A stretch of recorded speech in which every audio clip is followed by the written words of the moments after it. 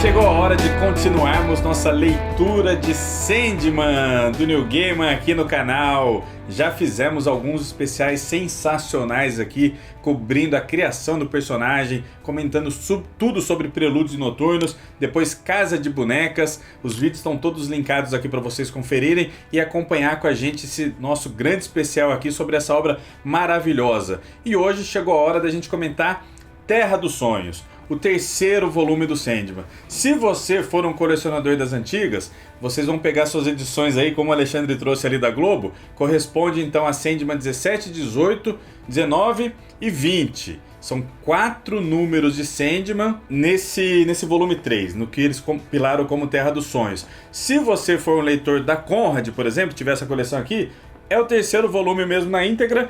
E olha que legal, estamos concluindo o volume 1 da edição definitiva da Panini. Agora a Sandman está saindo em outros formatos, mas a gente não está comprando essas edições não. Só temos essas 3 aqui por enquanto. Sim, com certeza. E você achou que essa série nossa aqui do Pipoca Nanquim não fosse mais voltar? Voltou. Ou se voltou. E a gente pretende concluir com todos os arcos, mas já falando que nós precisamos do seu joinha, galera. Porque parece que nem venda de série em quadrinho na banca, né? Começa vendendo muito bem e depois começa a cair. Nossos primeiros vídeos teve bastante envolvimento por parte de vocês, depois as visualizações caem, os joinhas caem e tal. Então, lembrando que essa é a nossa via de comunicação com o público. Vocês querem ver a próxima saga, Estação das Brumas? Você quer ver Espelhos Distantes? Você quer ver as outras? Então, espalhe esse vídeo aqui e dá o seu joinha acima de tudo. Boa! Isso ajuda demais o nosso trabalho aqui. Obrigado a todos vocês que estão assistindo esse vídeo e já deram um joinha.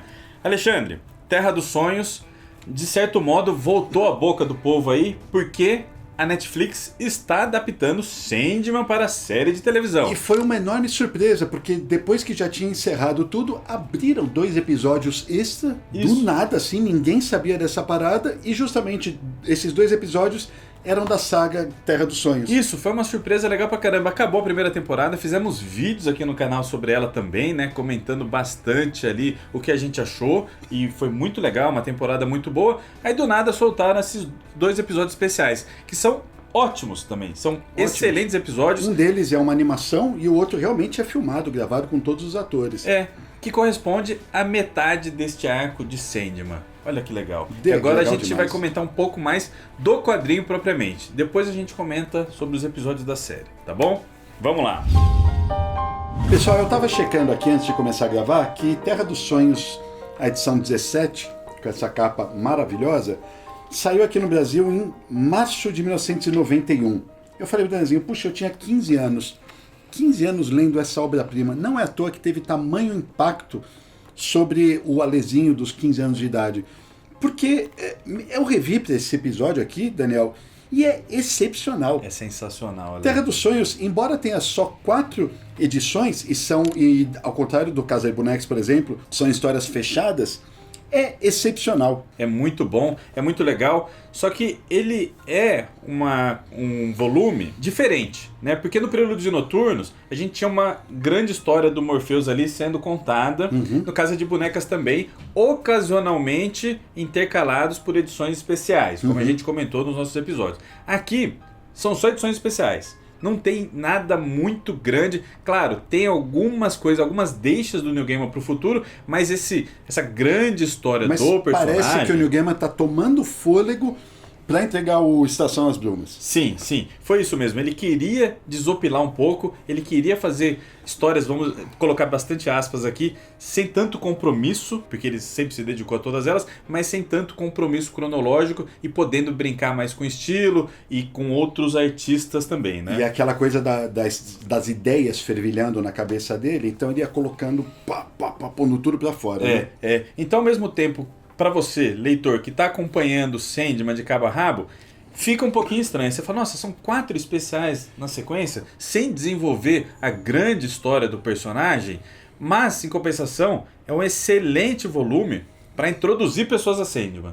Concordo. Né? Porque você já vai ter um gostinho ali do funcionamento, e são 4 histórias de leitura maravilhosas, rápida, né? De leitura rápida e maravilhosas. E muito diferentes entre si, né, Lê? Pessoal, começando com Calliope, que é da edição 17, uma das adaptações da série da Netflix. Arte excepcional do Kelly Jones. Porra, o Kelly Jones, ele é um monstro. Ele fez aquela minissérie do Desafiador pela DC Comics, fez toda a saga do Batman Vampiro, também desenhou muita coisa do Batman. Eu sou fã dele e aqui ele pica. Ele é muito bom, ele é muito legal. Ele foi convidado pela Karen Berger, né, pelo corpo editorial da DC ali para participar do Sandman. E nessa altura do campeonato, lembrando, o Neil Gaiman, ele queria saber quem que seria o desenhista da história para adequar o roteiro para o melhor potencial desse desenhista, né? E aqui é muito legal, nessa edição da Conrad aqui, tem as 4 histórias, e no fim eles colocaram o roteiro completo de Calliope. O roteiro completo mesmo. Que legal, pra entender, eu não tenho essa edição. É muito bacana, para entender como o Neil Gaiman desenvolveu. É legal que na introdução aqui mesmo do roteiro, o Neil Gaiman fala... Kelly.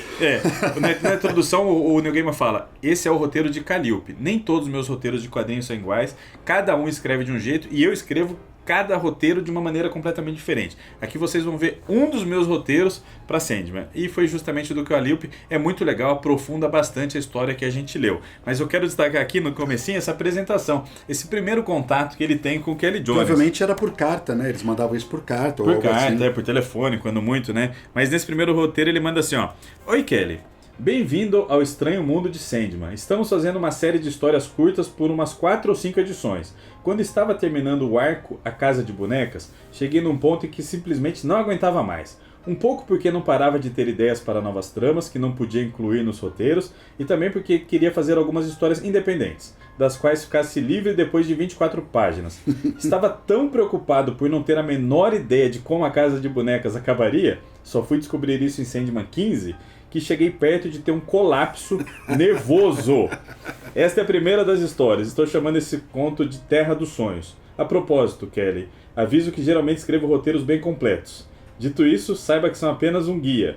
Se pensar em qualquer maneira de tornar a história melhor, faça. Afinal, o desenhista é você. Nossa, que texto Olha que da legal. hora, Um texto cara. muito gostoso. Um texto importante também, porque a gente já vai comentar um pouco da história aí, mas é muito legal. E o Kelly Jones, ele gostou muito de fazer Sandman, tanto é que a próxima história, a 18, que a gente já vai comentar, também é desenhada por ele, né? É muito bacana isso.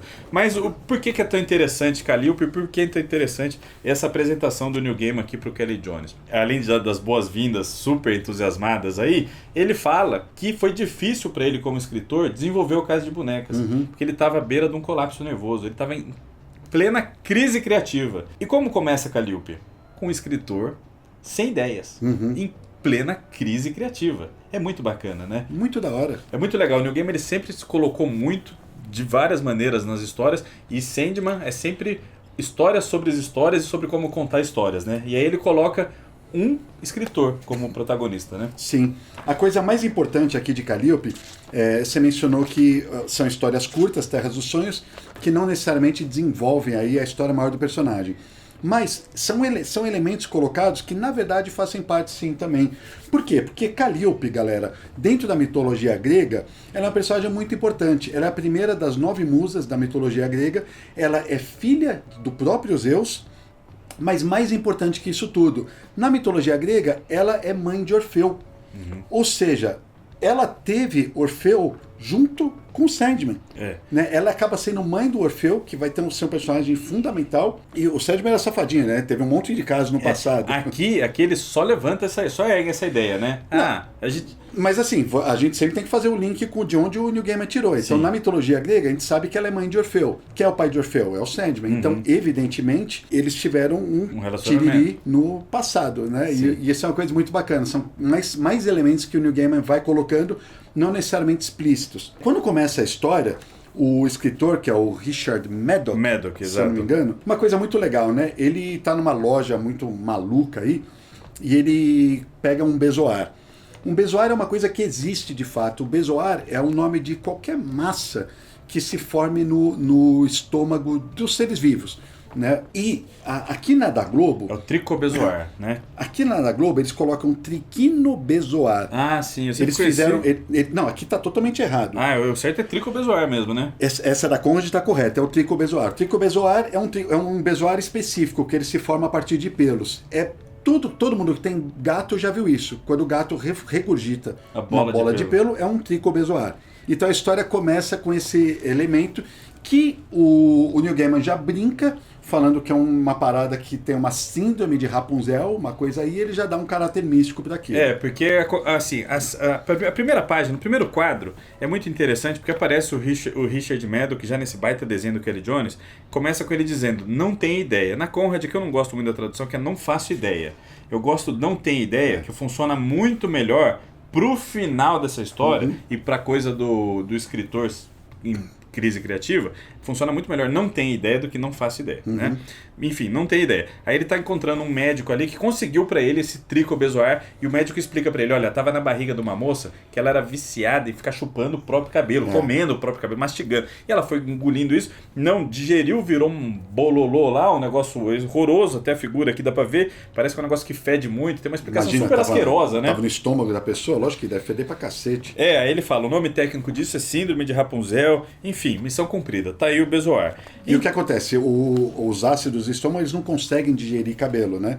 Então, quando a pessoa tem isso, tem que ser operada, porque a pessoa, diferente dos gatos, ela não regurgita aquilo, né? A pessoa precisa sofrer uma operação e remover aquilo. Isso. Né? E aí, o que o médico pede em troca ali? Dele deu o tricobezoar, aí ele só fala pro Maddock, fala, ó, você pode me assinar, por favor, esse seu livro aqui? O Cabaré do Dr. Caligari, que foi um livro que vendeu muito, fez muito sucesso. Lançou o Richard Maddock ali a outro nível mesmo, um autor conhecido mundialmente. Aí o Richard assina, né, com carinho e tudo mais, entrega. E aí esse médico, muito empolgado ali, né, primeiro ele pergunta pra que serve o bezoar, pra que o Maddock quer o bezoar, aí ele dá uma desculpa e fala, você sabe, somos escritores, a gente se inspira com qualquer coisa e tal. E aí depois, como ele ficou empolgado com a leitura do Cabaré do Dr. Caligari, ele fala assim, ó, soube que está escrevendo uma continuação do Cabaré, estou louco pra ler.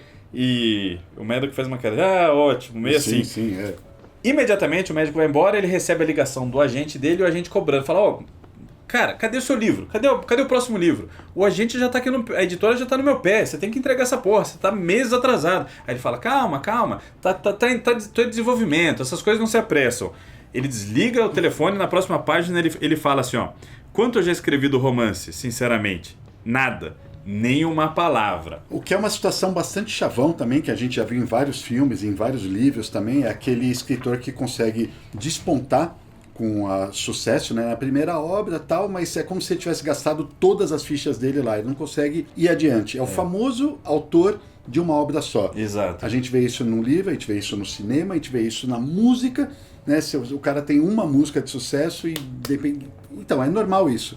Só que o Maddock, ele quer burlar essa falta de criatividade dele. Ele quer resolver isso, mas não quer resolver isso trabalhando, pensando, nada, né? Ele quer ir do jeito que aparentemente é mais fácil. E ele não quer nem encarar a possibilidade que talvez ele tenha dado sorte, que ele não tenha talento, todo esse talento. E deveria fazer outra coisa, né? Ele não quer ele também tem essa possibilidade. Ele é meio metidão, né? Vocês vão perceber que ele é meio metidão. E aí ele vai falar com Erasmus Fry, que é um escritor das antigas, é dito lá que teve muito sucesso durante muitos anos, e aí nessa conversa com o Erasmus Fry, qual que é o lance? Eles estão ali trocando objetos. Ele vai na casa do Erasmus. Vai na casa, uma casa sombria e tudo mais, aí o Richard Maddock fala, tá aqui o seu presente, tá aqui a sua parte, o tricobezoar. Aí o Erasmus Fry começa a dar uma palestrinha lá de tricobezoar e tal, tudo mais, e aí ele fala, bom, agora a sua parte dessa troca aqui, né? E aí ele começa a falar assim, ó, eu a capturei no Monte Helicon, sabe? 1927, Grécia, eu tinha 27 anos, farei 87 no ano que vem. É importante a gente destacar que essa história ela começa em maio de 1986. Que é muito importante esse ano. E aí agora tem uma coisa muito bacana aqui na maneira como o Neil Gaiman coloca, na maneira como ele desenvolve o roteiro da história, é que ele te mantém no escuro. Você não sabe exatamente o que o Richard Maddock está fazendo lá, você não sabe o que ele está buscando. Ele vai começar a conversar com o Erasmus, ele entrega o bezoar para o Erasmus e ele vai receber algo em troca. O Erasmus pergunta assim, você trouxe alguma roupa? E o Maddock fala, roupa? Que roupa? Pra que roupa? Sabia? Tá, não tem problema, tem um casaco aqui, você pode usar. E você, leitor, vai se questionando que diabo esses caras estão fazendo. Aí você vira a página. É muito louco, porque o Maddock, o Erasmus, já velhinho e tal, já alcançou o sucesso que ele queria, ele fala antes de virar a página, né? Não preciso mais dela, Maddock. Você precisa. Aqui está. Aí abre a porta e aí a gente vê Calliope, nessa figura super fragilizada mesmo, no escuro, né? Com essa iluminação que o Kelly Jones decidiu colocar aqui. É uma coisa assim... tem certa repulsa, né? Você fica curioso, fala, nossa, quem que é essa mulher? Ela parece tão bonita, mas ela tá tão fragilizada, tá numa pose tão vulnerável, né? É muito instigante essa primeira imagem, né? É muito instigante. Só lembrando que o Kelly Jones, fala um pouquinho mais da arte dele, o tempo todo te dá uma sensação que você tá lendo aquelas histórias da cripta. Né? Pela maneira como ele trabalha o preto chapado, pela expressão no rosto, não pela expressão, mas pela maneira como ele caracteriza o rosto dos personagens. O rosto do Erasmus, por exemplo, cara, você bate o olho nesse cara e você vê a maneira como ele deixa o queixo protuberante, com o nariz, essa sobrancelha cheia de pelo. Você vê que é um velho meio asqueroso, assim, você já sabe que esse cara é um vilão na história. Típico dos quadrinhos que a Cripta fazia. O retrato da Calliope é brilhante, porque a Calliope, sendo uma musa, sendo uma deusa, né? Por que o Neil Gaiman escolheu a Calliope para ser a musa dessa história? Porque é isso que vai acontecer, tá, galera? Ela servia como musa pro Erasmus e ela está sendo entregue para o Richard Maddock agora, que não tem ideia nenhuma, para se tornar a musa dele. Qual foi o motivo da escolha? De acordo com a lenda, Calliope foi a musa de Homero. Então, quando Homero escreveu a Ilíada e a Odisseia, os 2 livros, ele tinha uma musa, e a musa era ninguém menos que uma deusa, a deusa Calliope.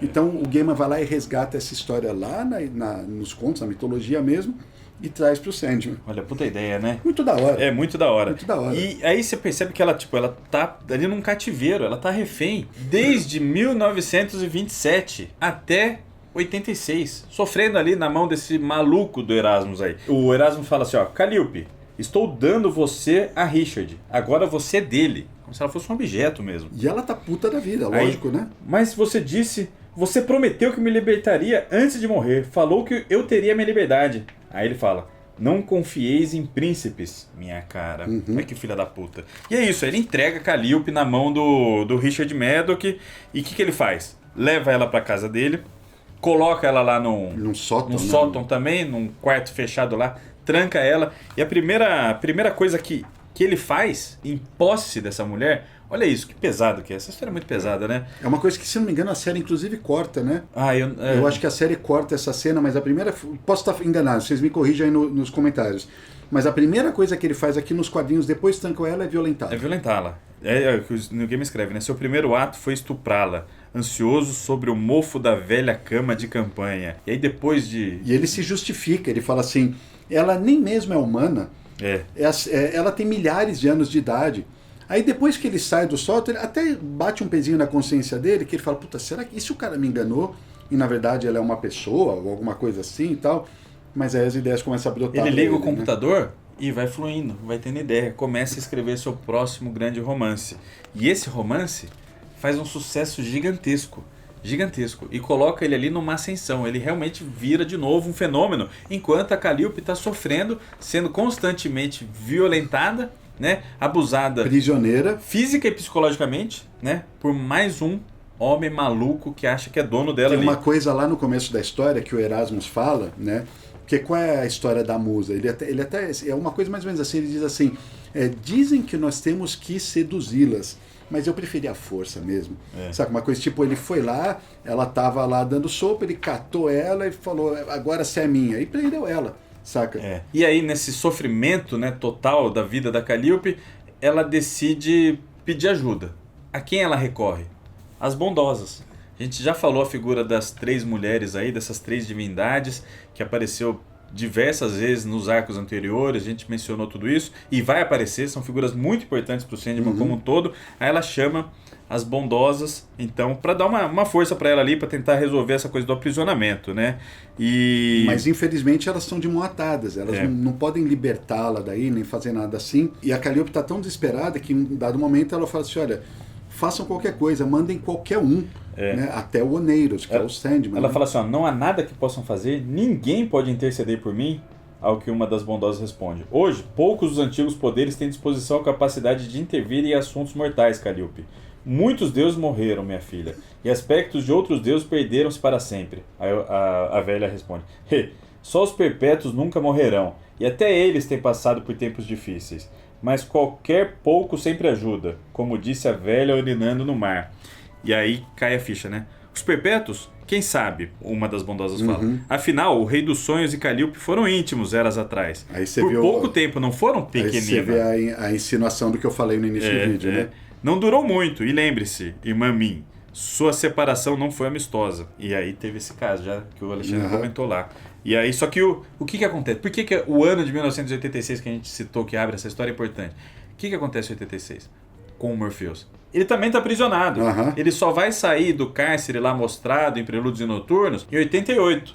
Então, 2 anos depois. Ele está preso ainda. Então, ninguém pode fazer nada pela Calliope mesmo. Ela está totalmente ali. E tem uma explicação de como o Erasmus Frei capturou. E foi dentro das regras desse, entre aspas, né? Desse mundo aí, né? Ele realmente conquistou a posse dela ali de uma maneira muito simples, dada a importância dessa figura mitológica, né? Mas eram umas regras bestas, ele conseguiu, ela virou dele. E no final da conversa, a Calliope tem essa cena aqui que ela tá totalmente fragilizada e ela não aguenta mais, porque, ela tá presa desde 27, que nem a gente falou, e aí ela tá se abraçando assim, encolhida, e ela fala, por favor, mandem qualquer um, até Oneiros, né?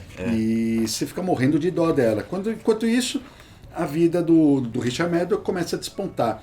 1 ano depois, maio de 1987, ele está na boca do povo. E aí depois disso, a gente vai acompanhando essa ascensão meteórica dele. Então, junho de 87, março de 88, outubro de 88, várias peças de sucesso, tem adaptação para o cinema. Tem umas ideias, umas coisas boas, né? Fevereiro de 89, abril de 89, em maio de 89 ele está comprando uma puta de uma casa e tal. Uma mansão, ele tá bombando, é um escritor muito famoso na crista da onda. Março, né? de 1990, e a loucura das multidões foi adaptado para o cinema e está sendo indicado a 3 Oscars. Dirigido por ele. Melhor roteiro original, melhor diretor, melhor filme. Ou seja, nada para o cara, né? Realmente a musa ali surtiu um efeito e ele virou um negócio impressionante no mundo inteiro. Muito, muito, muito, muito, muito famoso, num nível aí que poucos conseguem. E aí você vê a virada de página como é importante, né? Você está acompanhando ao longo das últimas páginas essa história, essa ascensão. De repente você volta pra Calliope, ela tá cabisbaixa, e aí ela fala, é você. Tipo, lá no cativeiro dela você sabe que o Sandman apareceu, mas você não vê ele. Não vê. E tanto é que ele não aparece nesse primeiro momento. Ele só vai aparecer daqui 2 páginas. Só aparece ela e o balãozinho de fala característico do Sandman, né? Ela fala assim, elas me contaram que você foi aprisionado como eu. Aí ele responde, falaram a verdade, fui aprisionado. Mas como você pode ver, agora estou livre.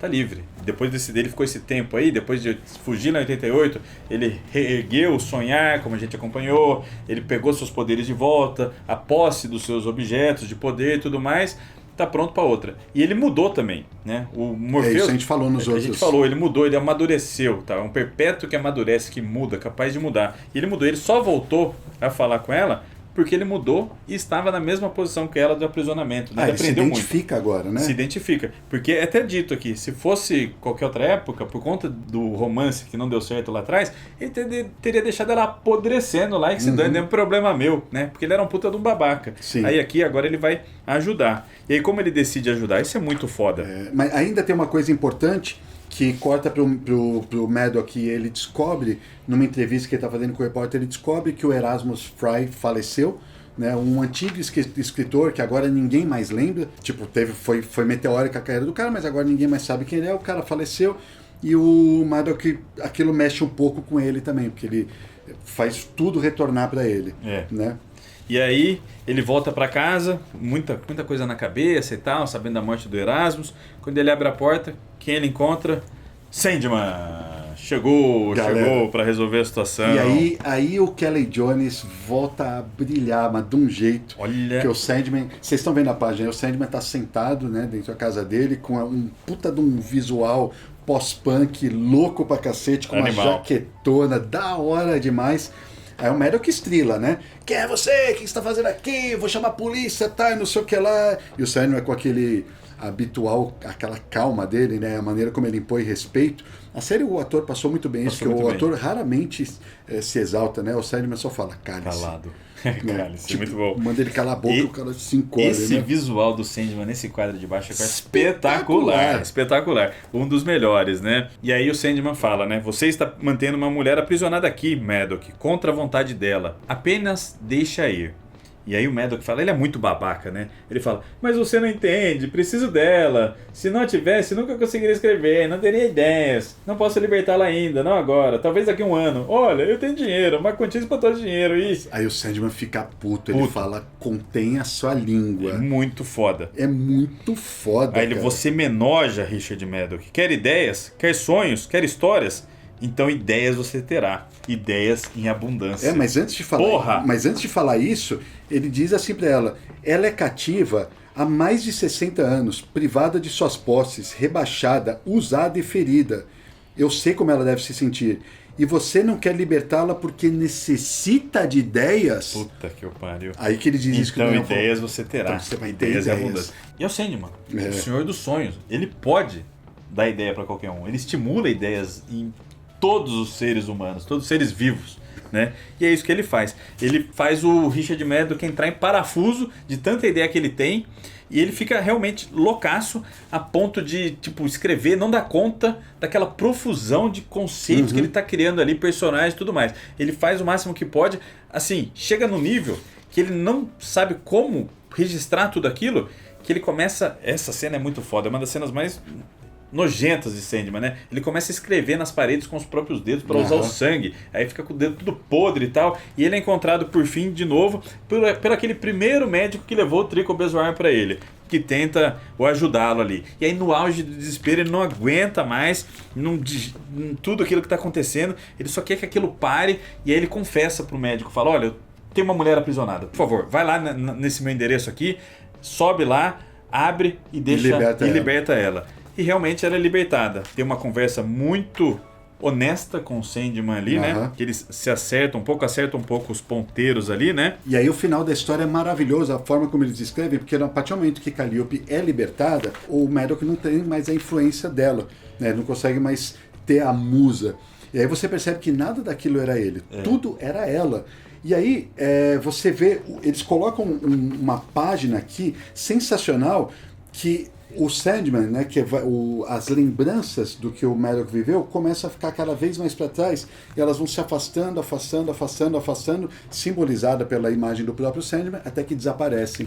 E a última coisa que o Maddox fala é: foi-se, não tenho mais ideia. Não tenho mais ideia. Por isso que eu gosto, aquele primeiro quadro tinha que ser não tenho ideia. Nenhuma ideia, acabou. Isso é muito legal. Só que antes de encerrar essa história, que acaba desse jeito que ele falou, tem essa conversa do Sandman com a Calliope, que é muito boa, porque ela ressalta, ó, você mudou, Oneiros. Nos velhos tempos me deixaria apodrecer para sempre, sem mover um fio de cabelo. Ainda me odeia pelo que fiz? Não, eu não odeio mais, Calliope, aprendi muito nos últimos tempos. Não importa, não odeio você, criança. Aí depois ela fala assim, ó, será que posso visitá-lo no Reino dos Sonhos? Gostaria de vê-lo novamente, em uma situação melhor. O que acha? Ele fala, não creio que seja uma boa ideia, Calliope. Né? Aí eles encerram ali a conversa. Tem o adeus de Calliope e Sandman. E esse relacionamento vai ser muito importante no futuro. Nada que o Neil Gaiman faz é à toa em Sandman, né? Vai ter muita repercussão lá pra frente. E é isso. Aí a gente acaba e vai pra Um Sonho de Mil Gatos, que é uma das minhas histórias favoritas de Sandman. Total, assim, ali. Eu amo essa história. Porque você tem gatinhos. Tenho gatinho, sou apaixonado por gatos, sempre tive gatos. É interessante. E não tem como se não te identificar, sabe? É maravilhosa. Interessante é que na série, né, eu sempre imaginava como eles adaptariam histórias como essas aqui, e eles simplesmente foram lá e fizeram uma história curtinha em animação, bem simplificada em relação ao HQ, mas o conteúdo é basicamente o mesmo, adaptaram muito bem, né? E aí como a gente já tinha tido insinuações disso daqui em histórias anteriores, a gente vê que o Sandman não é o Sandman só para humanos. O Sandman é o Sandman para todas as criaturas vivas desse universo, todas as criaturas, inclusive os animais, os gatos. Né? Isso é muito bacana ver essa outra persona dele. Essa história é muito legal, né? Porque começa com um gatinho doméstico, bonitinho, super fofinho, fugindo da casa dele ali, onde ele é bem cuidado pelos donos, né? Aparentemente, encontrando um gatão de rua, e eles estão indo...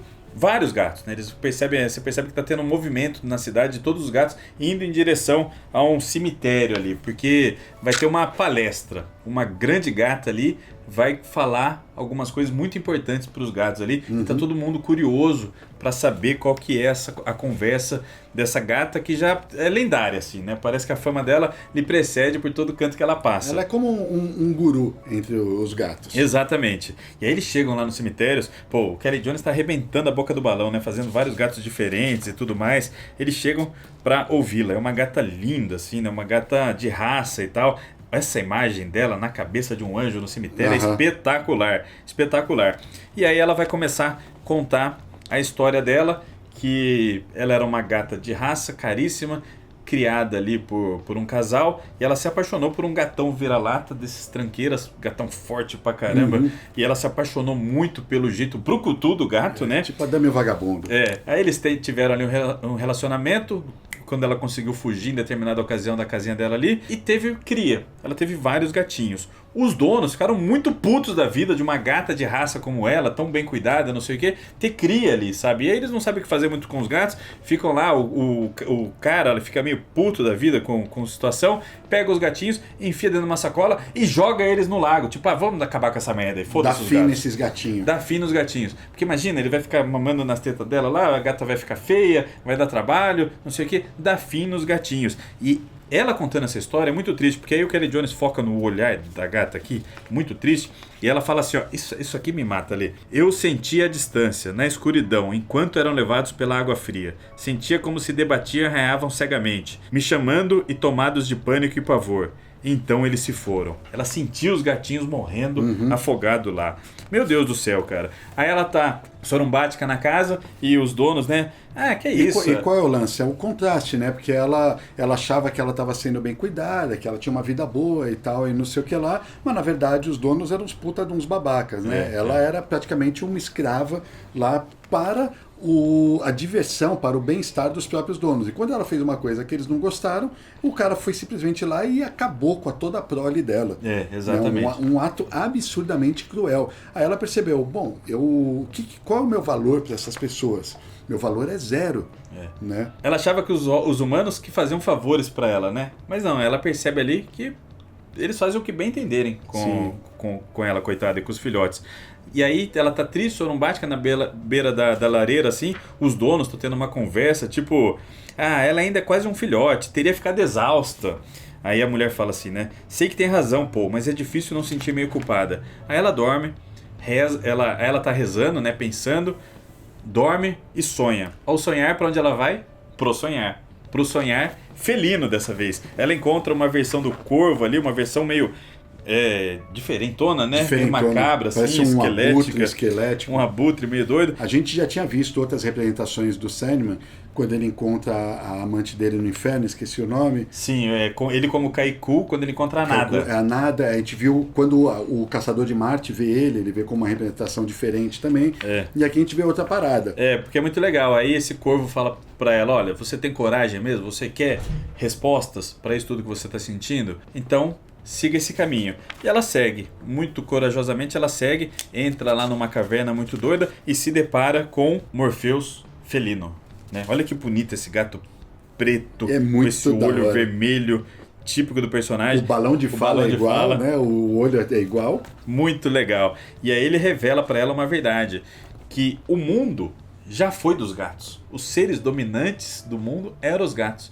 E os bichos de estimação eram os humanos. Os gatos eram enormes, os humanos eram pequenos, os gatos caçavam, brincavam, se alimentavam com os humanos ali e eram era o oposto. Era o oposto. Exato oposto. Até que um homem percebe que existe como mudar aquela situação. Como? Sonhando também.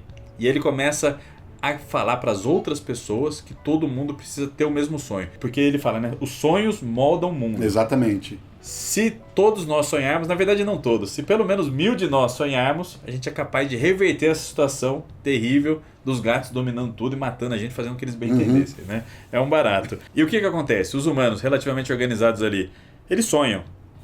E no dia seguinte, as coisas mudaram. É muito louco, né? Porque o Neil Gaiman fala, uma noite, porém, o bastante deles sonhou. Não foram precisos muitos, 1000 talvez, não mais. Eles sonharam. E no dia seguinte, as coisas mudaram. Isso remete a uma frase que tem lá quando o Sandman visita o inferno, que Lúcifer confronta ele e ele encara Lúcifer, bate de frente para Lúcifer, tipo, não importa o poder que você tem, Lúcifer. Ele vira para Lúcifer e fala assim, dizer que os sonhos não têm poder, os sonhos têm poder sim, porque na verdade tudo é feito de sonhos. Os sonhos moldam a realidade. Tanto é que ela pergunta assim pra ele depois, a gata, né? O Sandman tá contando essa história e ele fala, então eles sonharam o mundo como é hoje? Aí ele fala, não exatamente. Sonharam o mundo de tal forma que ele sempre foi como é hoje, pequenina. Nunca existiu um mundo de altivos gatos lords e gatas damas. Eles mudaram o universo, desde o início até o final dos tempos. Compreende agora? Muito ela fala, louco. sim, entendo. E aí o que ela faz? Quando ela acorda, começa a peregrinar todo o território ali, por todas as cidades possíveis, para contar essa história, tentar convencer os outros gatos de que se pelo menos 1000 deles sonharem, é capaz de reverter de novo o mundo. Olha que loucura! Mas o que ela descobre é que não é tão fácil assim convencer todo mundo a pensar igual. Exato. Isso é uma reverberação maravilhosa que o Neil Gaiman faz, um paralelo maravilhoso com o mundo da maneira como ele é, em que as pessoas elas não conseguem ter a mesma forma de pensar. Elas têm atritos violentíssimos, brutais, mesmo em coisas extremamente simples e elementares. Ela conta essa história para os gatos e os gatos põem empecilhos. Eles falam, não dá, sei o que lá, tal. Por conseguinte, esse mundo aí não pode acontecer. E aí o gatinho do comecinho da história, que fugiu da casa lá pra ver ela contando essa história, ele acredita, né? Mas inocente ali, ele fica fascinado, acredita. Só que o gatão vira-lata que acompanhou ele não acredita, ele é mais cético, né? Ele até fala, ela sabe entreter, isso eu devo admitir. Aí ele fala, pequenino, eu adoraria ver alguém, profeta, rei ou Deus, convencer 1000 gatos a fazer qualquer coisa ao mesmo tempo. Não, isso nunca acontecerá, né? Aí beleza, a última página é esse gatinho lá na casinha deles lá, com os donos e tal, e ele tá dormindo no cestinho dele. E um dos donos fala assim, ó, ele tá dormindo e tremendo, né? Tremendo as patinhas, igual o gatinho faz, né? Sim. Aí a moça fala, não é uma graça, Dom, sonhando? O que será que os gatos sonham? Do jeito que ele se remexe, parece estar caçando algum bichinho qualquer. Querida, é uma graça mesmo. Ele sonhando, louco, brincando, né? com os humanos. Olha que da hora. Puta, que história muito foda, louco. bicho. E quando você para e pensa que de praxe, acontece isso de praxe no mundo, né? Quando você é mais jovem, você é mais ideológico mesmo. Você acredita nas coisas, você tem aquela ideia de que você pode e vai mudar o mundo, né? Que tem aquela corrente de união que as pessoas podem formar. Você tem tudo isso. E conforme você vai ficando mais velho, a sua mente vai se cristalizando mais, vai se engessando, você vai se decepcionando com algumas coisas, que é o que acontece com o gato mais velho. O gato mais velho é incapaz sequer de admitir a possibilidade de que isso possa acontecer. Não vai acontecer. Na medida em que todo mundo admite essa possibilidade, não acontece. Né? Você fazendo essa transposição desse conceito, dessa ideia para o mundo real, olha o que o Neil Gaiman, olha a mensagem que o Neil Gaiman está falando pra gente. É muito louco. Cara. Muito louco, muito bonito. Olha só que história diferente. Diferente de tudo que ele tinha feito até então, né? Colocando o Morpheus como gato, nesse conto maravilhoso. Em que o Morpheus, esses contos em que o Morpheus ele é basicamente um coadjuvante, né? Ele aparece em 3 ou 4 páginas nas histórias. Do Calliope, ela é a protagonista, o Richard Maddox, que aqui são os gatos, e agora a gente vai para uma parada séria. Aqui é Sandman, assim, altíssimo quilate mesmo, hein, uma cara? edição 19, que foi extremamente premiada lá nos Estados Unidos, chegou com o pé na porta. Todo mundo já estava de cara com o que o Neil Gaiman estava fazendo, aí ele chega com Sonho de uma Noite de Verão. Aí o bicho pega, hein, cara. Ele ganhou o World Fantasy Award, um prêmio que até então era só pra literatura. O primeiro quadrinho, a primeira história em quadrinho que ganhou essa premiação. Foi um rebuliço. Colaboração com o Charles Vess. 1991. Colaboração com o Charles Vess. Um artista espetacular aí, no mesmo naipe do John Bolton, do Kent Williams, desses caras aí, faz arte pintada, fez A Bandeira do Corvo, por exemplo, o graphic novel do Thor, muito famosa, Panini podia relançar isso, né? É um colosso. É um gigante mesmo. E Sonho de uma Noite de Verão. Vocês se lembram o que aconteceu no interlúdio lá da Casa de Bonecas? Sandman encontrou ninguém menos que o William Shakespeare. Até então, um cara que estava com dificuldade de colocar as ideias dele no papel. Em Homens de Boa Fortuna, né? E ele faz um acordo com Shakespeare. Né? A gente sabe o que Shakespeare se tornou, o maior escritor de todos os tempos. E aqui a gente descobre que a contrapartida era justamente o Shakespeare criar duas peças para o Sandman. Aí a primeira está aqui. Aqui, que se passa em 23 de junho de 1593. É muito legal que a trupe de Shakespeare tá passando lá, tá andando assim por uma região que não tem cidade perto, não tem teatro, não tem nada, nenhum lugar para eles se apresentarem propriamente, né? Não tem nenhuma estalagem, não tem nada. Mas eles receberam a incumbência de chegar nesse local. Fica todo mundo preocupado, mas a gente vai fazer o quê? Para quem a gente vai se apresentar e tudo mais. Rapidinho é revelado que eles vão se apresentar para o patrono, para a pessoa que está financiando aquela peça ali, que é o Sandman mesmo, né? Ele fala, então você veio, Will Shakespeare, está tudo pronto? E aí a gente vai ver a preparação e a encenação de Um Sonho de uma Noite de Verão. Essa representação é demais, né? No topo de uma colina, diferente do que o Kelly Jones ia fazendo, é tudo iluminado, porque O Sonho de uma Noite de Verão é uma das comédias do Shakespeare, né? Uma das grandes obras, mas é uma comédia, diferente das tragédias dele. Então nós vamos ver faunos, nós vamos ter fadas, um monte de coisa acontecendo, então é muito solar essa história, o que tem novamente muito a ver com a arte do Charles Vess, né? Aquilo que o Danielzinho falou no começo. Neil Gaiman queria saber quem eram os artistas para ele começar a disparar as histórias e acontecer aquela junção perfeita entre texto e estilo do desenhista. E essa aqui é perfeita, né? E ela é uma história maravilhosa, em muitas camadas, como diversas histórias do Sandman, porque ela é muita metalinguagem. Uma metalinguagem escrita assim, em um nível absurdo. Tem um dos atores que se chama Hamnet. Hamnet, é filho do Shakespeare, né? O garoto chama Hamnet, é o filho do Shakespeare, o filho que ele perde muito cedo, e depois a inspiração para ele fazer Hamlet, né? Esse é o lance. Inclusive ele tem papel importantíssimo nessa história como um todo. Mas qual que é o lance? Eles chegam nesse lugar, nesse descampado aí lá em Londres, começam a preparar a peça, e aí, cadê a plateia? Pra quem que a gente vai apresentar isso? Só pra aquele cara ali no topo do morro? Eis que subitamente abre-se um portal. Abre-se um portal, tem essa figura aqui, né? O Sandman fala, Wendell, abra a sua porta. Isso aqui tem mesmo, né? Nessa região. É um desenho gigante que tem no campo, assim. Ninguém sabe direito muito sobre o que é isso. Mas o Neil Gaiman usa uma coisa que existe, esse desenho no campo, como uma entidade que abre um portal. E desse portal saem diversos habitantes do mundo das fadas ali. Inclusive a Lady Titânia, né, que ela vem acompanhado do Dom Alberon. Isso. E Lady Titânia é a rainha das fadas, né? Exatamente. E aí recebe ali, então, vários membros desse mundo da fada, de Faerie, né, para assistir a peça. Só que a peça tem esses personagens que acabaram de chegar na história, né? O Shakespeare tá contando histórias desses personagens para eles, agora em carne e osso, assistirem. E olha que isso é muito louco, né? Muito o nível louco. da metalinguagem. E eles começam a assistir e ficar, tipo, alguns ficam encantados. Olha só, eles estão nos representando. Ah, mas isso não aconteceu bem assim. Ah, você é assim mesmo e tal. Essas discussões enquanto a peça tá rolando. O que era uma coisa muito comum de época, né? Porque eles representavam a vida de reis, representavam a vida de nobres.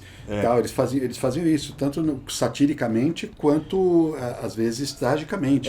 Era comum os contadores de história fazerem isso em praça e tal. E o Morpheus encomendou essa história como um presente para Titânia, para Oberon e para esses seres mitológicos das fadas aí. Fazia muito tempo que eles não vinham pro mundo, pro nosso planeta Terra, vamos dizer. Não vinham para aí, né, para nossa região.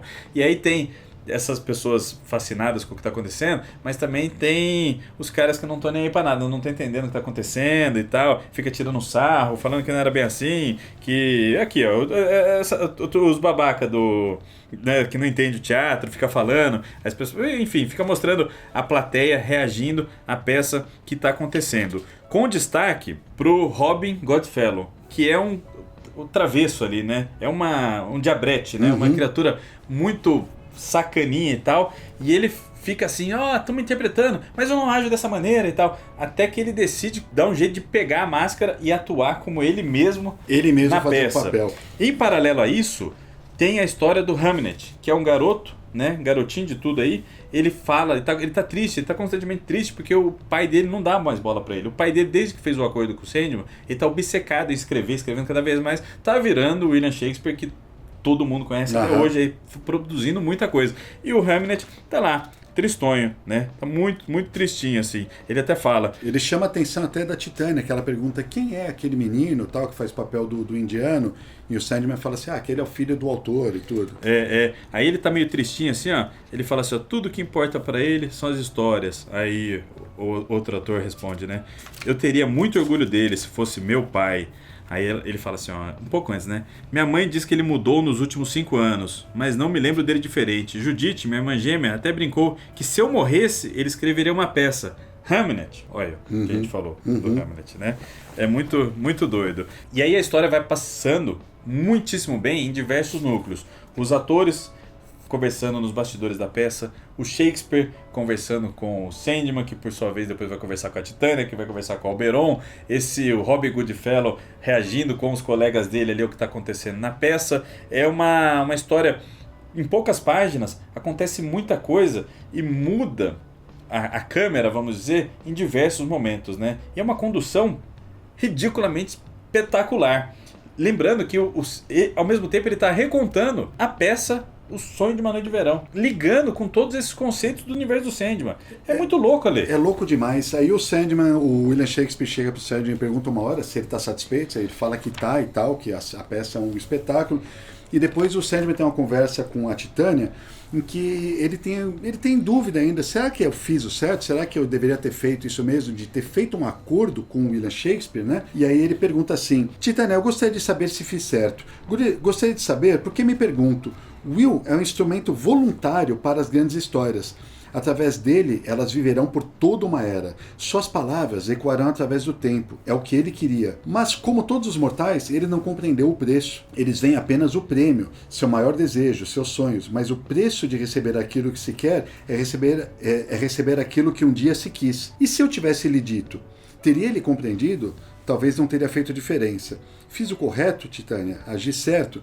Então, existe um preço sempre a pagar, né? A gente acabou de sair da história do Richard Maddow, que tinha um preço muito grande a se pagar por tudo que ele queria, né? Ele estava obtendo de forma ilícita. E aqui Shakespeare não sabia que também tinha um preço a ser pago, que nós vamos descobrir mais para frente, né? E tem uma outra frase também que o Sandman fala, mais pro final, que eu acho excepcional. Aqui é espetacular, já é o rumo do finalzinho mesmo, a peça já acabou, né? O Robin Goodfellow, o Puck, né? Já cometeu suas travessuras, só que realmente ele gosta de cometer travessura, ele existe para infernizar as pessoas e confundir a cabeça de todo mundo, né? Aí já tá arrematando tudo isso. E isso que você vai ler é muito legal, porque o Morpheus ele tá conversando com a Titânia e o Oberon, e explicando por que ele ofereceu esse presente, por que ele pensou em tudo isso, essa encenação, e queria dar de presente um sonho de uma noite de verão para eles, né? E aí vai reverberar numa coisa que a gente falou, que as bondosas falaram para Calíope, e que ela diz assim, olha, muitos dos antigos deuses já morreram, tal. A gente sabe que as entidades, mesmo que elas tenham a impressão de ser eternas, na verdade elas não são, elas também são finitas. E elas até dizem assim, menos os perpétuos. Lembra disso? A gente acabou de comentar. Mas o Sandman fala uma coisa aqui, ó. Agora, vocês partiram para seus próprios terrenos, e eu desejo retribuir a diversão. E mais, eles não os esquecerão. Isso é importante para mim. O rei Oberon e a rainha Titânia serão lembrados pelos mortais até que esta era termine. Enquanto os mortais lembrarem do Oberon e da Titânia e de todas aquelas outras criaturas, essas criaturas vão viver. Por isso que ele encomendou a peça para o Shakespeare. Olha que louco. Ou seja, gerações e gerações de mortais vão se passar e a obra do Shakespeare vai ser celebrada eternamente, e a rainha das fadas, ela vai continuar viva. Enquanto os mortais lembrarem dela, ela vai continuar viva no reino dela. Olha que loucura isso. Só que é louco, né? A coisa da interpretação. Nem toda a história contada é verdade. Nem sempre é como aconteceu. Quase nunca é como aconteceu na realidade. E o Sandman é questionado nesse momento pelo Oberon. Lê esse balão, é muito legal, e a resposta dele. Eu acho maravilhoso esse diálogo, cara. Nós lhe agradecemos, mas essa diversão, embora agradável, é falsa. Tais coisas nunca aconteceram assim, é o que o Oberon fala. E o Sandman diz, mas é verdadeiro. As coisas não precisam ter acontecido para serem verdadeiras. Contos e sonhos são as sombras de verdades que irão resistir quando os meros fatos forem poeira e cinzas e esquecidos. Olha isso. Vixe. E a Titânia responde, se é assim, Senhor dos Sonhos, estamos honrados. Puta que Porra, pariu, que cara. história, bicho, que história maravilhosa. Aí Passa a página, a gente vê o Puck, né, o Robin Goodfellow ali, tirando a máscara e tudo mais. Todo mundo vai embora, volta pra Faerie, só que ele fica, né? Tanto é que o Oberyn fala assim: venha, meu Puck, e pare com essa tolice. O momento de nosso retorno se aproxima. O Wendel está abrindo o seu portão.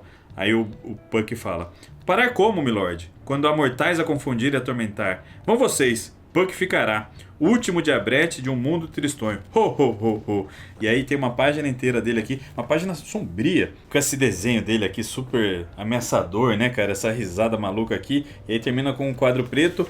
Por quê? Porque faz parecer que todo mundo ali sonhou. A próxima página tá de dia. Na verdade ele fica no nosso mundo, ele não quer voltar pro mundo das fadas. Sim, o Goodfellow ficou. Só que aí a galera acordou e aí realmente fica na dúvida, né? O Shakespeare fala aqui, né? Então foi um sonho, Richard? Aí ele falou, o Richard responde, né? O cara da comitiva deles ali. Sonho, Will? Que nada. Veja só, uma bolsa de ouro. Porque antes tinha rolado uma negociação. E o Oberyn fala, não, a gente vai pagar assim, ó. Tá aqui, ó, um saco de ouro pra vocês. E aí ele fala aqui, ó, veja, uma bolsa de ouro. Aí ele tira assim, cheia de pétalas amarelas. Mas fomos enganados. E o Shakespeare responde, não, fomos pagos regiamente. Qual outro grupo atuou para tal plateia? Né? Aí o Hamlet chega e fala, pai, tive um sonho tão estranho. Uma bela dama queria me levar para uma terra distante. O pai, meio babaca, ausente, fala assim, pura tolice, rapaz. Melhor praticar sua caligrafia hoje. Escrever uma carta para sua mãe. Quem sabe? Ou para Judite. E aí a comitiva segue viagem. O foda é como o New Game encerra essa história aqui. Hamlet Shakespeare morreu em 1596, aos 11 anos de idade. O atual paradeiro de Robin Goodfellow é desconhecido. Demais, né? Então faz parecer que o Hamlet foi para o mundo das fadas, de certo modo. Fica essa dúvida. E o Robin Goodfellow, o Puck, ficou aqui. Né? E a morte do Hamlet, que realmente aconteceu, inspirou depois o Shakespeare a fazer diversas outras obras, inclusive Hamlet, né? Olha que puta história ali, que difícil, quanta camada. Olha o tamanho disso, sensacional, bicho, sensacional. E aí a gente vai para a última história de Terra dos Sonhos, que é Fachada, uma história também maravilhosa. Eu adoro essa história, é espetacular. História incrível, o Sandman nem aparece. Né? Não aparece. Protagonizado pela Morte. Na verdade, protagonizada não, a Morte é uma coadjuvante aqui, mas o Neil Gaiman nos lembra que nós, apesar de tudo, ainda estamos no universo DC, né? Porque você coloca uma metamorfa, sabe o metamorfo, o Rex, né? Então ele coloca uma contraparte dela. Que é a Garota Elemental. Que é a Garota Elemental. E ele desenvolve essa personagem em 20 e poucas páginas aqui. A maneira como ele desenvolve ela em tão poucas páginas é absolutamente brutal, Danielzinho. Ele faz uma história sobre depressão, né? Basicamente é isso. Ele pega uma personagem de 5ª categoria da DC Comics, pouquíssimo comentado. A Garota Elemental ela foi criada na revista do Metamorfo nos anos 60 pelo Bob Harvey e pela Ramona Fradon. Ramona Fradon foi uma das grandes desenhistas de quadrinhos aí, pouquíssimo comentado, mas teve muita coisa interessante. E aqui o Neil Gaiman decide fazer uma homenagem a esses criadores e pegar um personagem desconhecido para poder fazer o que bem entendesse com ele, né? Sem atrapalhar a cronologia da DC Comics. Como ele fez com as versões anteriores do Sandman e outras circunstâncias aí também, né? Personagens antigos, tá? Ele traz de volta ele como grande conhecedor da cronologia da DC que é. E é uma escolha muito, muito interessante mesmo, né, Ale? Porque ela é daquelas personagens que era só a versão feminina de um herói que já existia. Né? A gente vê essa discussão acontecendo agora por conta da série da She-Hulk, por exemplo. Isso acontecia muito nos quadrinhos. O personagem está fazendo relativo sucesso. Faz uma versão feminina aí. Sem pensar muito a história, dá os mesmos poderes e o mesmo visual e beleza. Temos um personagem novo, né? São personagens sem personalidade nenhuma. Né? São basicamente clones femininos. Né?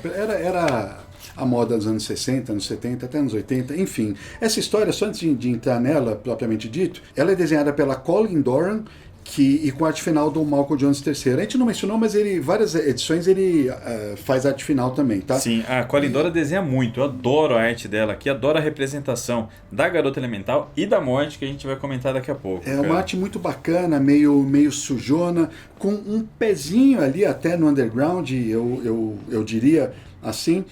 E bem diferente, né? São 4 edições aqui, 2 do Malcolm Jones, uma do Charles Vess e agora uma da Colin Doran. São todas muito distintas entre si e eu acho curioso você conseguir perceber como, apesar dessa divergência na arte, você tem uma unidade no universo. Não é uma coisa tão simples quanto parece, tá, galera? Você e colocando assim um artista diferente em cada história e mesmo assim você tem unidade. Você entender que o universo do Kelly Jones e do Charles Vess é o mesmo, cara. Entender que aquele personagem é o mesmo é uma coisa muito louca, saca? Funciona, por quê? Porque a gente desde o início sabe que a representação do Sandman é de acordo com quem está vendo. Né? Então, quem é o Sandman? Na verdade, não existe um Sandman. Quem é a morte? Não existe uma morte, efetivamente. Né? Você vê ela daquela maneira, mas ela não é assim. Sim, sim. Né? Isso é muito bacana. Isso remete, evidentemente, a todos os mitos gregos. Né? Quem era a Calíope, que a gente mencionou de fato? Não se sabe. Como você via a Calíope? Como você via a Calypso, por exemplo, na lenda de Odisseu, que manteve Odisseu 7 anos preso lá. Como é que você enxerga essas deuses? Quem é Zeus? Né? Não existe essa representação. Isso está tudo no seu próprio... Está no inconsciente coletivo da humanidade, evidentemente, mas está na sua interpretação também. E ao escolher vários desenhistas, o Neil Gaiman brinca com isso também. Por isso que ele cria uma mitologia moderna de quadrinhos. E por isso que eu acredito que nunca foi alcançado esse resultado que ele obteve. Sensacional. Boa análise, Ale. Essa história aqui, eu acho ela é muito pesada também. A Calíope já é uma história que você fala, puta vida, que coisa pesada. Aqui também, né? Porque ela é imortal. A garota elemental, ela tem a capacidade de transformar todos os elementos químicos em qualquer outro elemento químico. Os mesmos poderes do metamorfo. Exatamente. Tecnicamente ela é imortal, né? E aí começa a história já começa muito tipo, caralho, olha aqui, ó, começa assim, ó. Dizem que o cigarro acaba matando a gente. Ótimo. Isso é ótimo. Só queria que fosse mais rápido. Trago a fumaça até os pulmões, extraio a nicotina e o alcatrão. Não tem efeito algum, mas gosto da fumaça. Gosto das cinzas, de como elas caem, de respirar a fumaça. Gosto de fumar cigarros, é coisa de gente normal. Fumo cigarro e finjo ser normal, mas preferia estar morta. E ela tá batendo o cigarro, a bituca de cigarro, numa máscara esquisita aqui. Até então a gente não viu o personagem. Ele vai trabalhando no suspense, né? Ele e a Corindora vão trabalhando no suspense. Quem que é essa? De que narração? Que personagem é essa, né? E aí quando vai revelando, vai parecendo assim uma figura bem triste, assim, muito, né? Você vê uma tristeza muito profunda nos olhos dela aqui. E a gente vai acompanhando essa pessoa que vive sozinha, muito sozinha, num quarto minúsculo, super estranho. Toda essa cena do apartamento dela é muito lúgubre, né? É muito escura, tem máscaras espalhadas pela parede. Você vê que o chão é sujo, ó, o lixo dela está transbordando. Você falou assim, é uma história sobre depressão. Essencialmente é isso. E serve também de contraponto com a história do imortal. Porque nós fomos apresentados a um personagem imortal que, apesar dos perrengues que ele passa, amava a vida. E não estava disposto a morrer de jeito nenhum. Você lembra a frase? Morte é um jogo para tolos. Aqui você tem uma personagem que é imortal, mas está cansada, ela quer morrer. Não aguenta mais, não tem mais nenhum prazer na vida. É o extremo oposto do espectro. O único momento que ela tem certo prazer, nem é um prazer, o único momento que ela tem um certo alívio, e o único contato que ela tem com o mundo é quando ela fala por telefone só com o tal de Mulligan, né? Que é o contato que ela tem na agência para qual ela trabalhava e manda de tempos em tempos os cheques para ela continuar vivendo ali, né? Ela fala, o Mulligan é tudo que me restou da companhia. Ninguém vem aqui, nunca, ninguém telefona, ninguém se importa. E ela meio que tá apaixonada por ele, pelo pouco que ela conversa com ele, o único contato que ela tem, ela fica, como será que ele é? O que será que minha ficha diz sobre mim? Talvez eu devesse ir até lá uma noite. Ela fica divagando nesse possível encontro com o Mulligan, porque ela está totalmente sozinha. E ela tem, assim, algumas fobias mesmo. Parece que ela tem medo de sair do apartamento, ela tem medo do contato com outras pessoas, ela tem medo do telefone. A não ser quando ela liga pro Mulligan, quando o telefone toca, e tem essa página que o telefone toca, trim, ela, oh Deus! Toma um susto, né? Ela fala, tenha vergonha na cara, é só um telefone. Ela toma um puta de um susto, né? E aí ela recebe a ligação de uma amiga dela das antigas, a Della Cariakis, que fala, olha, faz muito tempo que a gente não conversa, você não topa almoçar comigo? Vamos conversar, a gente se conhecia, né, há bastante tempo, eu queria trocar uma ideia com você, porque você teve a mesma vivência que eu tive aqui na organização, dá a entender que é uma organização dessas de super-heróis mesmo, nessas agências e tudo mais, né? Mas eu não posso conversar com os meus amigos daqui, eu queria conversar com alguém que já tá de fora, que eu possa abrir o coração. Beleza. E elas decidem se encontrar. E aí é nessa conversa telefônica que a gente descobre que o nome dessa garota elemental, a protagonista dessa história, é Urania Blackwell. E enquanto ela tá ali criando coragem para sair, pensando, porque ela tem muita vergonha do que ela é, né? Ela tem muita vergonha do corpo dela e de tudo mais, tá nessa depressão. Enquanto ela tá tomando coragem para sair de casa para encontrar a amiga, tem um pouquinho da história dela de origem. Né? Ela tem um sonho que remete à origem dela, essencialmente. Pra você que não tem contato com a personagem, tipo, eu nunca li uma história da garota elemental. Então, pra ter um contato com ela, o New Game coloca lá a origem dela. Mostra ela entrando numa pirâmide e ganhando os poderes do deus Ra, né? O deus egípcio Ra. É o deus do sol, se eu não me engano, né? O deus do sol egípcio. Exato. Aí tem ela se preparando, né? Se maquiando ali pra sair. E essa sequência é muito foda, né? Ela fala assim, ó... Você deve pensar, se alguém pode se transformar em qualquer elemento, transmutar-se em carne deve ser uma coisa mais fácil do mundo, né? Aí ela fala, não, tentei uma vez, nunca mais. Fiquei semanas tentando me livrar do cheiro. Carne podre. É mais fácil lidar com o rosto de silicato, mas eles acabam endurecendo e caem depois de um dia. Pelo menos não apodrecem. E aí a gente vê o apartamento com várias dessas máscaras. Que é isso, quando ela precisa, ela faz essas máscaras de silicato, só que fica dura, só que ela não quer se desfazer também, porque de certo modo é parte dela. Né? Os cabelos ela até consegue emular, né? Porque ela utiliza metais em geral. Então ela consegue fazer um cabelo loiro, por exemplo, utilizando ouro ou qualquer outro tipo de metal e tal, e ela emula aquilo, né?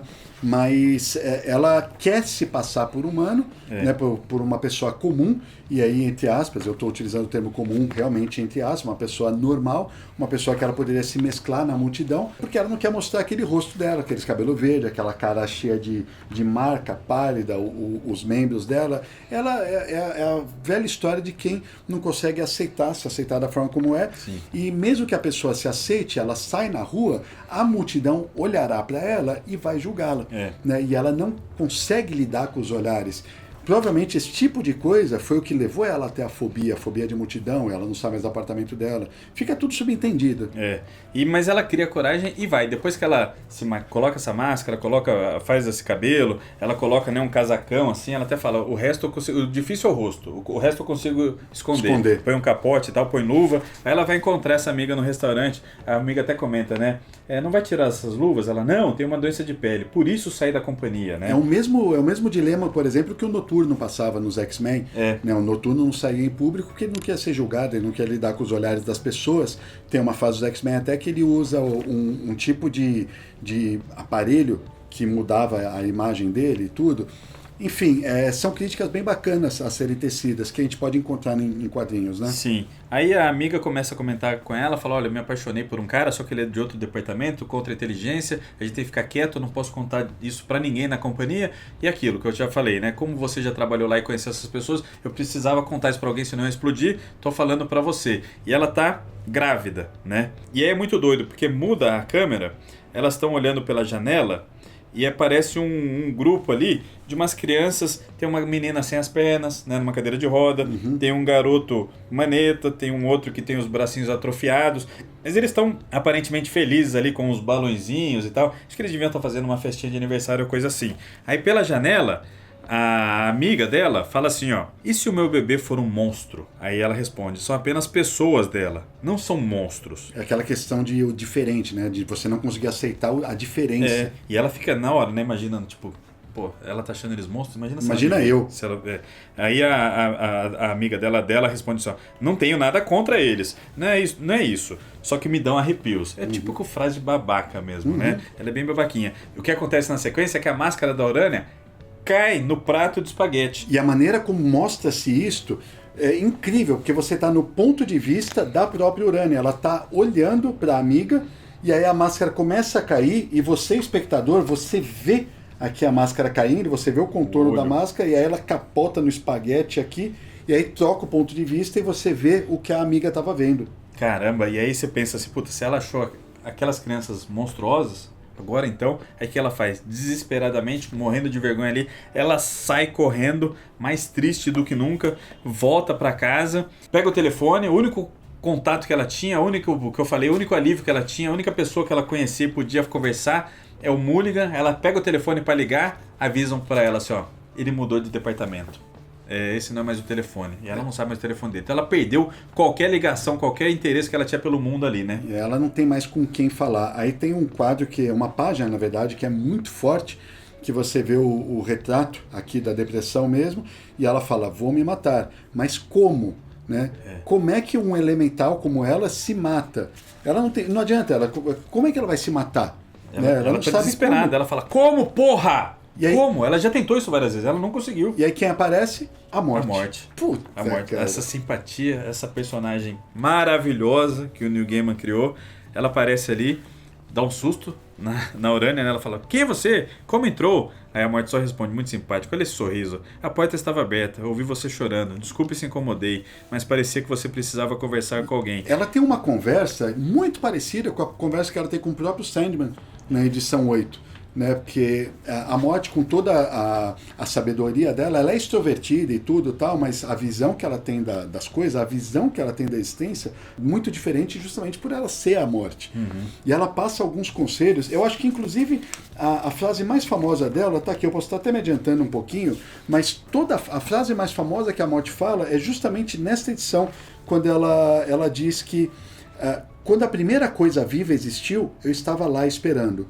Quando a última coisa viva morrer, meu trabalho estará terminado. Vou pôr as cadeiras em cima das mesas, apagar as luzes e fechar as portas do universo quando eu partir. Essa frase marcou totalmente a morte, mais do que na edição 8, mais do que nas minisséries da morte, mais as participações posteriores. Isso aqui se tornou o retrato dela mesmo.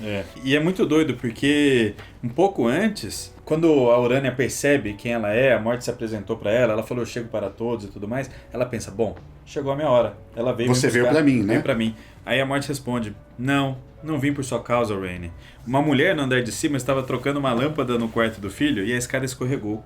Como eu disse, estava passando e eu vi você chorar. E bem, a porta estava aberta. Ela foi ali, ofereceu um ombro amigo.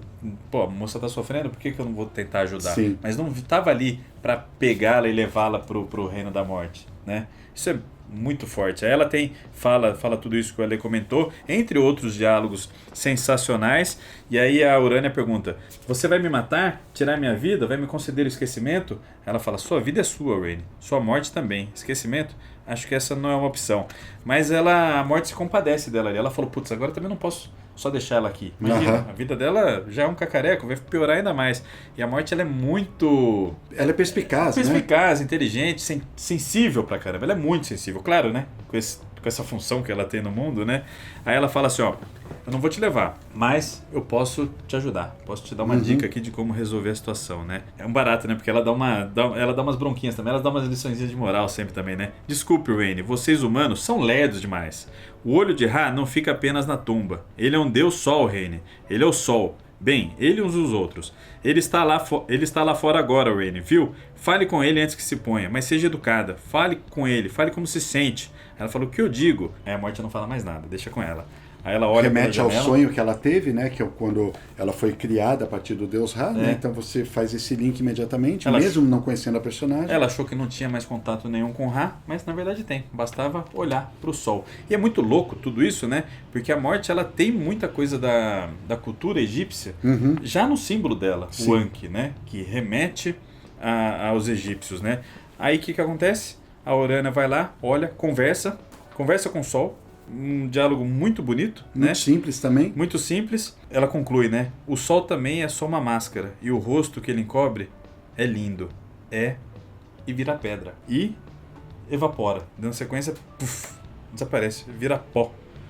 Dá pra ver o corpinho dela aqui, dá pra ver a máscara, corpo numa máscara, que lembra muito ela batendo as cinzas do cigarro na máscara lá na primeira página. Sim. Né? Aí o final, ela conseguiu, ela se libertou desse mundo aqui. Ela não é mais imortal, acabou. E a suprema ironia, na última página, toca o telefone e quem é? É o Mulligan. É o Mulligan. O Mulligan telefona. E quem atende? A morte. Ela é a única que tá na casa naquele momento. E ela é muito simpática, que maravilha de representação aqui, né? Aí ela fala, com a Rainey? Que pena, ela foi embora. Aonde ela foi? Não sei dizer ao certo. Não, ela não mora mais aqui. Não, Sr. Mulligan, realmente não posso anotar um recado, lamento. Quem sou eu? Só uma amiga. Às vezes, talvez. Desculpe não poder ajudá-lo. A gente se vê. Puta, que história, Alexandre. Maravilhosa, cara. Concluindo aí 4 edições espetaculares que formam Terra dos Sonhos. Um dos arcos mais legais de Sandman e um dos melhores para você conhecer o seu universo. Se você não conhece, seja muito bem-vindo. Aqui é um negócio incrível para começar, para dar de presente para outras pessoas, para convencer o amigo, a amiga, qualquer um aí a dar chance para os quadrinhos, porque vai se encantar. Isso daqui é fenomenal, né? E galera, o próximo é a Estação das Brumas. Então, ó, lembra que eu falei no início do vídeo? Precisamos do seu like. Vamos fazer a Estação das Brumas, que é arrebatador. Quem é o irmão perdido do Sandman? Como será a vingança do Lúcifer? Cenas dos próximos episódios, pô! Mas dependemos do seu like. Muito bom, muito legal. Obrigado pela companhia, obrigado pelo like, obrigado por assistir esse vídeo enorme. Não dá pra falar de Sandman sem ser nesses vídeos vastos, porque tem muita camada, muita coisa legal e a gente gosta de esmiuçar o máximo possível. Obrigado a você que chegou até o final, tá bom? A gente agradece, fiquem bem e nos vemos na próxima. Tchau. Beijo.